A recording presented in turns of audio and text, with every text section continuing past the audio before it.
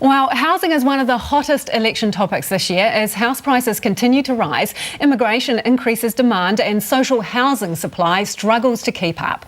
This week, the Salvation Army put out a report saying we need thousands more social houses every year. So who's listening to that advice? I'm joined now by National's Amy Adams and Labour's Phil Twyford. Good morning to you both. Morning. If we can start off by just getting a bench line here.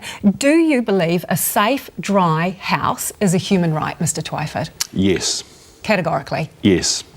Ms. Adams? Everybody needs to have a safe, dry, warm place to live. That's the basis for all of the other things we want them to have in life.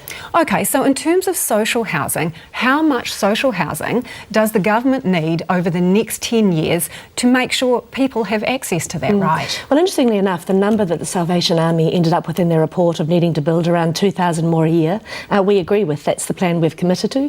We've committed to building 6,500 out to 2020. We do our projections over 3 to 4 year windows. There'll be a new one coming out at the end of this year for the next period.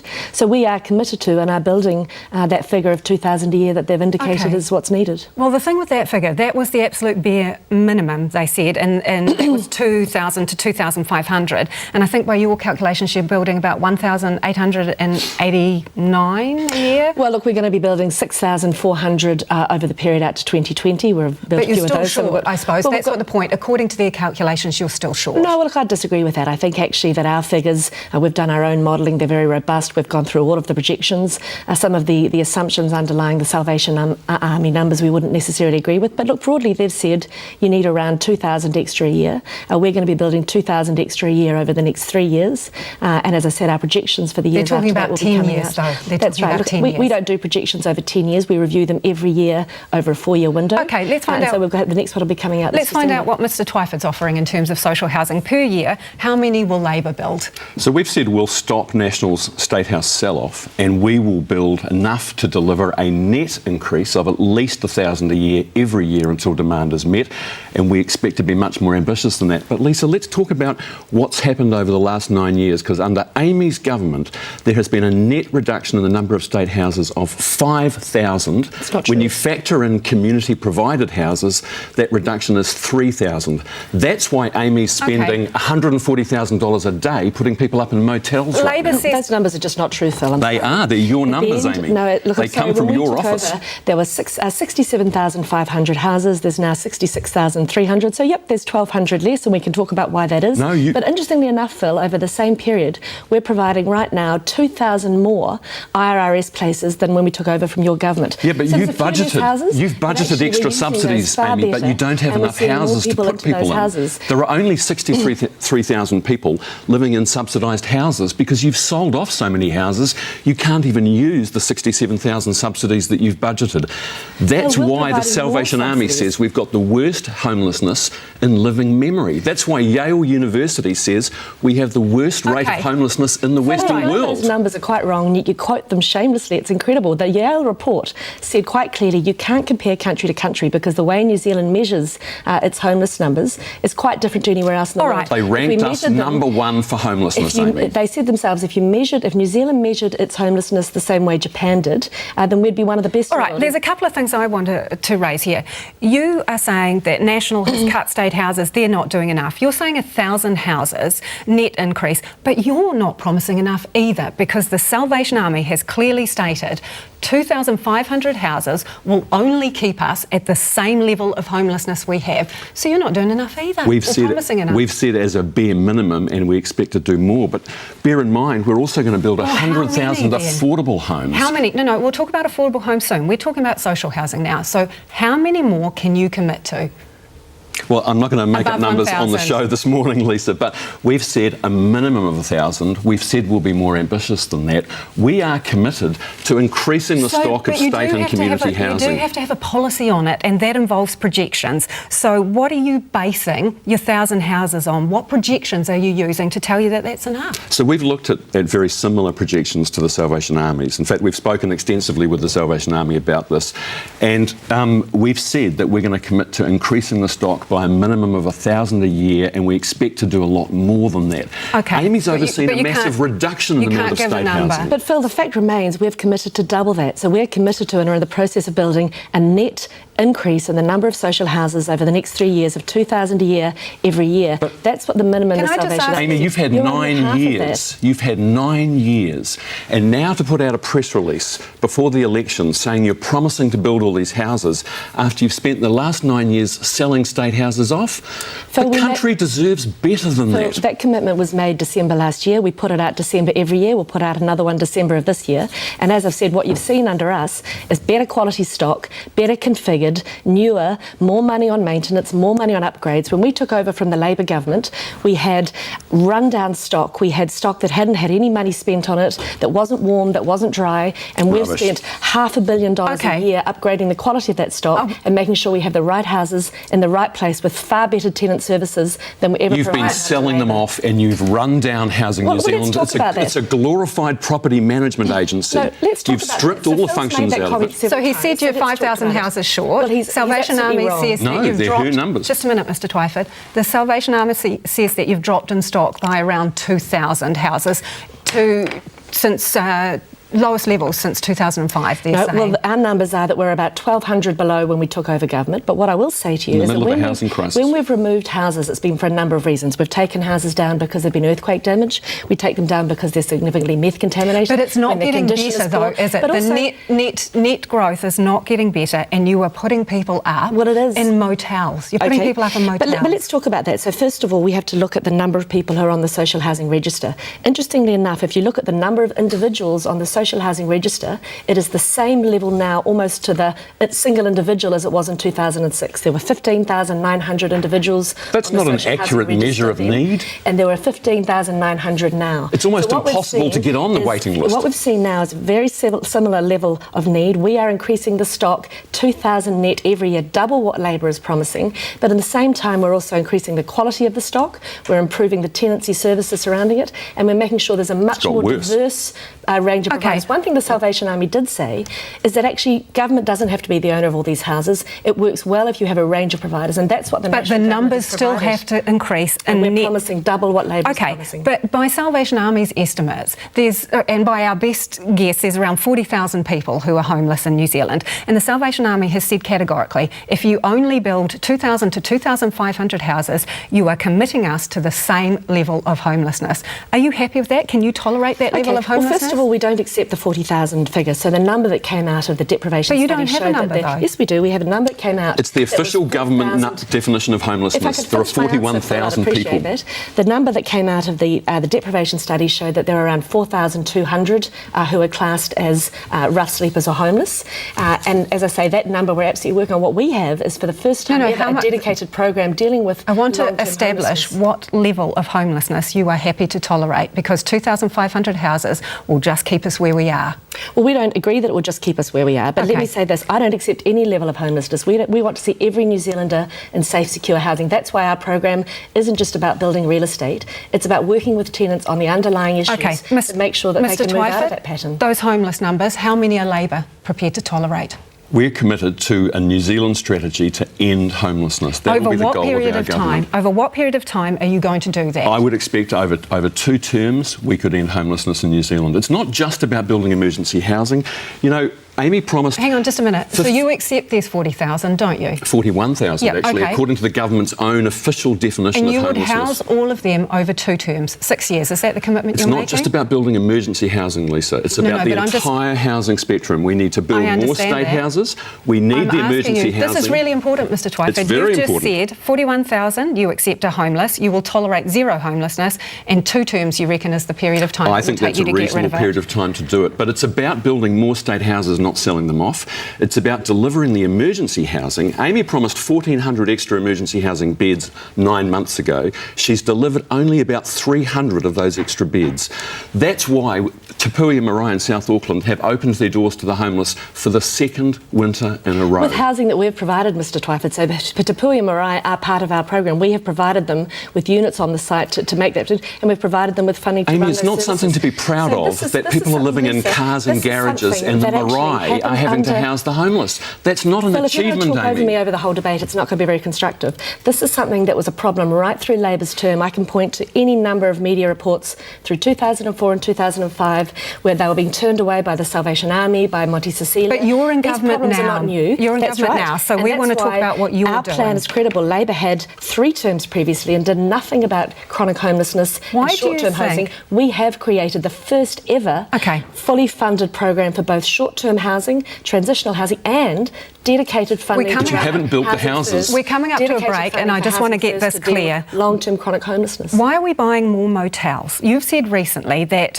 you believe emergency stays in motels have peaked, but the first 2 quarters of this year, the budget was $20 million spent on putting people into motels. What makes you say that this has peaked? Published numbers don't support that. No, that's right, but I see the numbers week by week, and I can tell you that from the peak in late June, they've come down by 25%, which is exactly over what we how many expect weeks? to happen. Well, from end of June till now, so they've come down from a peak of around 895 grants per week to around 650 grants, and that is because those transitional places that we were talking about, we now have 1,600 of those available, and that is exactly what we've set out to do. We said the short-term motel stays were a short-term gap filler while these places so came Mr. to market. I'll believe it when I see it. Ms. Adams says the peak is over. Do you believe her? Let's see the numbers. Well, I I have believe seen it the when I numbers. see it. The Salvation Army say that homelessness is worse than ever. There are families living in vans and garages and campgrounds. This is the legacy of 9 years of Amy's government. When are we going to see those numbers? When will you make them numbers available come to out us? every quarter. We're obviously happy to release them. Yeah, but you're seeing them in that. advance. Yeah, well, I see them week by week. I'm the minister. Of course, I keep So close tabs on we're it. not going to see them before the election Well, I'm very because happy to make them the next available. report is not for Look, release I'm very until... happy to make them available, but I can tell you right now that the last lot of numbers I saw had taken that peak down from about 895 per week to about 650. So they are petering off as we bring on more of those transitional places. So the point just I to would be, make, Lisa, though, just one is thing that the to be only reason clear, we have you were this is prepared to because we release have those. funded. Absolutely. Sorry, you prepared to release those to us after the show. Absolutely, very All right. happy to. So what we're providing, though, is something that has never been provided. It's crocodile tears from Labor, who sat there in government for 9 years, did nothing for chronic homeless, Rubbish. did nothing for emergency Okay. stays. Amy, Just you've been before we in go government to for the 9 break- years. You're And we are blaming a government that was elected 18 years And Phil, ago. we have been working Okay, on this just for You're 9 the years. minister. Time Now out, we're people. making a difference. Before we go to the break, I just want to ascertain, are we in a housing crisis yet? Oh, there is absolutely housing pressure. I would say. No, I'm asking Is there if a we're in a crisis? crisis. And I'm answering the question. There is absolutely evidence that all of the indicators are now tracking the right direction. We have the biggest building boom ever underway. We have 100,000. Nonsense. So that's a no houses from in the you? We're not pipeline. in a housing crisis? There is absolutely housing pressure, but the numbers are heading in the right direction. So we're not in a housing crisis, Well, look, according crisis to you. can mean different things to different people. There are pressures we need to deal with. Mr. The numbers are Twyford, just heading in the before we right go to the direction. break, are we in a housing crisis? The National Party cabinet are the only people in New Zealand who believe that there is not a housing crisis. OK, we'll leave it there. We'll be back with more from Amy Adams and Phil Twyford after the break. You're back with the nation in our housing debate. Let's move on to the topic of affordable housing. Mr. Twyford, Auckland houses cost about 10 times income. What should they be? Ideally, they should be 3 times. If we had a housing market that was working properly, your housing would be, the median house price would be about 3 to 4 times the median household income. But it's totally out of whack. The Economist magazine recently said on 3 out of 5 indicators, New Zealand had the most expensive housing in the world relative to incomes. So is it Labor's goal to get it down to that? We want to About 4 times. We want to stabilise the housing market and stop these ridiculous year-on-year capital gains that have made housing unaffordable for a whole generation of young Kiwis.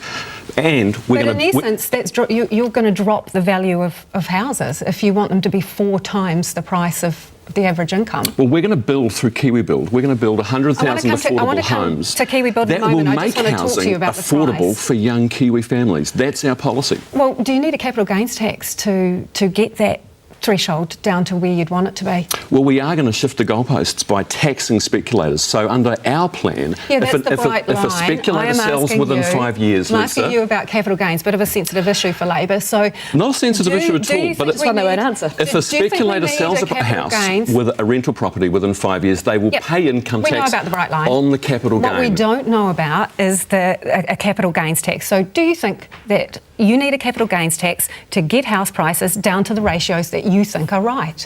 Well, We think comprehensive tax reform is overdue in this country, not only to tilt the playing field away from real estate speculation. Last chance, capital gains tax. In the first 3 years, we're going to do a tax working group that will redesign the entire tax So he doesn't want to answer that one. So it's another tax they won't tell us about until after the election. Okay. This is becoming a consistent theme from Labour. Ms Adams, Phil Twyford is saying about 4 times the average income would be about right for the ratios. Do you think it would be a good thing for house prices to go down? Look, what we want to do, and where I do agree with Mr Twyford, is it is about getting the housing market working correctly. And that's why our approach to affordability has had 3 prongs to it. First of all, when government is involved in building and developing market houses, we've committed to at least 20% of those being affordable in terms of the Kiwi Home Start, Kiwi Saver contributions. The second part of our reforms, and the biggest part of it, is getting that market working correctly by ensuring that there is adequate land supply coming to market, by freeing up the development. Because we've seen, Lisa, in Christchurch, that when you do that, prices absolutely adjust and in some cases do fall, but certainly level. Okay. And of course, we're funding the infrastructure, because you can't build houses with without the infrastructure to support them.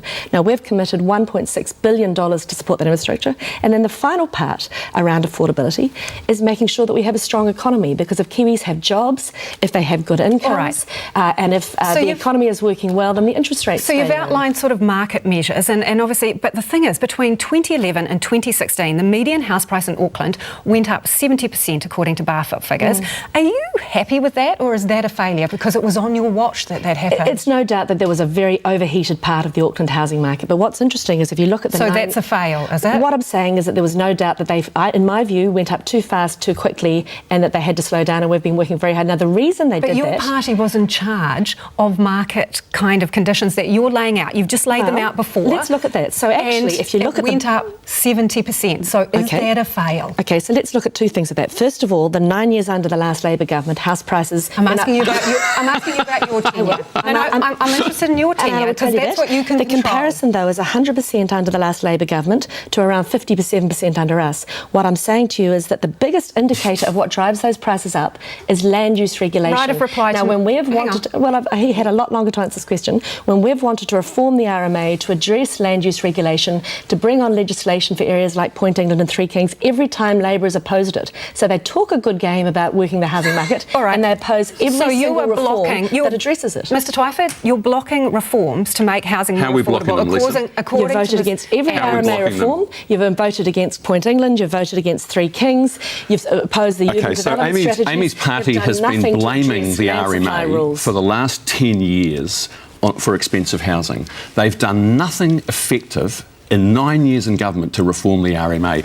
We've promised to abolish the urban growth boundary and reform the planning system so that our cities can grow. National has voted against it twice in the Parliament. All right, They talk a good game, but actually they've done nothing to fix the planning system. Doesn't believe that will work, because actually, if you don't look at the infrastructure that underpins houses, you're putting numbers out of thin air, Phil. You're talking about houses promised to reform you infrastructure can't financing, pay for, Lisa. you have no land for, and you have no infrastructure financing with infrastructure bonds. Let's move on to... They've done nothing about that in 9 years. Let's move on to one of your core policies. That's just more tax for council. One of your flagship policies, Kiwi Build. So 100,000 houses over a decade. Your finance guy has told us that he appreciates that it's going to cost more than you originally costed. Because land prices and house prices have been going up so fast. $2 billion is what you put aside for it. So how much more is it going to cost you? Oh, we'll work that out in government. Again, they have no we'll idea. see what the prefoo says. They have no idea. We'll see what the prefoo says. No land, no idea. But it's construction prices as well. It's not just the land. 30 to 40% increase in construction prices. So is it not irresponsible that you can't give me a figure for how much more it's going to cost? We've said we'll put $2 billion up. $2 billion will be borrowed. And Grant Robertson has acknowledged that that's probably not going to be enough. To kickstart a process of building 100,000 homes over 10 years. So you don't know how much more you're going to need. Well, Grant said if we need to put more in, we will. But look, under Amy's government, house prices have doubled since she's been in office. But you're all about responsible budgeting, Labor has said. So I'm asking you why this figure isn't in your budget and how much it is. We've said we'll put $2 billion in. If we need more, Grant said he'll find it. So in other words, they have no idea. They don't know where the land is. They don't know what the cost is. They don't know how they're going to do it, and they're not funding the infrastructure. At least, Amy, we're building affordable houses. So you're building nothing. You promised 4,000 affordable houses in 10 years. We're going to build 100,000 affordable houses. That's the difference between our two parties. The sites, we've funded the infrastructure, we have a plan. You're making but you're not building building any affordable associations. houses. We are building affordable People need houses. houses they can afford to live And in. that's why we're fixing the market, we're fixing land. You're fixing the market, We're funding the are you? infrastructure, and we're making sure people have good jobs. Look at the higher special incomes, housing and low areas. interest rates. How many affordable houses were built in special housing areas? We have 150 How many? special housing areas, and they are building 59,000 How many houses. affordable houses, Well, Amy? Phil, the point of that was to bring more land I'll to market. tell you, Amy, because you don't seem to know. Phil? There were no affordable houses built.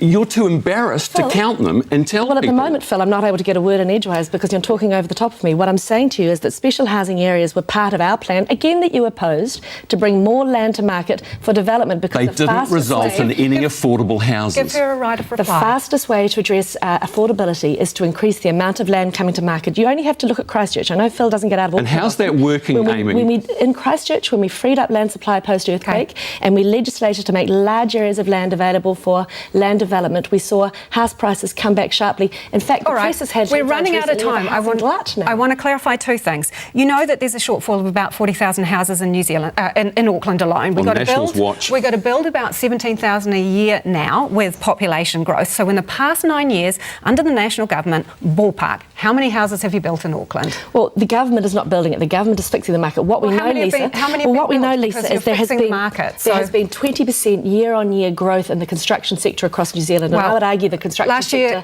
only can't grow much more. 7,000 were built And actually, in if you Auckland. look at the pipeline that's coming up, 30,000 plus a year. over the Okay. next few years. People can't live in a 100,000 pipeline, Amy. In the next 3 Just years, before we go, because we now have reformed the we're- planning process. All right. We have You changed the haven't. planning. Phil, You I haven't. passed the legislation for the Auckland plan process. It hasn't- You opposed it. it hasn't made a That has blind delivered bit of the difference. intensification potential in Auckland that we're now seeing come to Where are the realisation. affordable All right, houses? we are going to have to leave it there with that question unanswered. Thank you both for joining us this morning.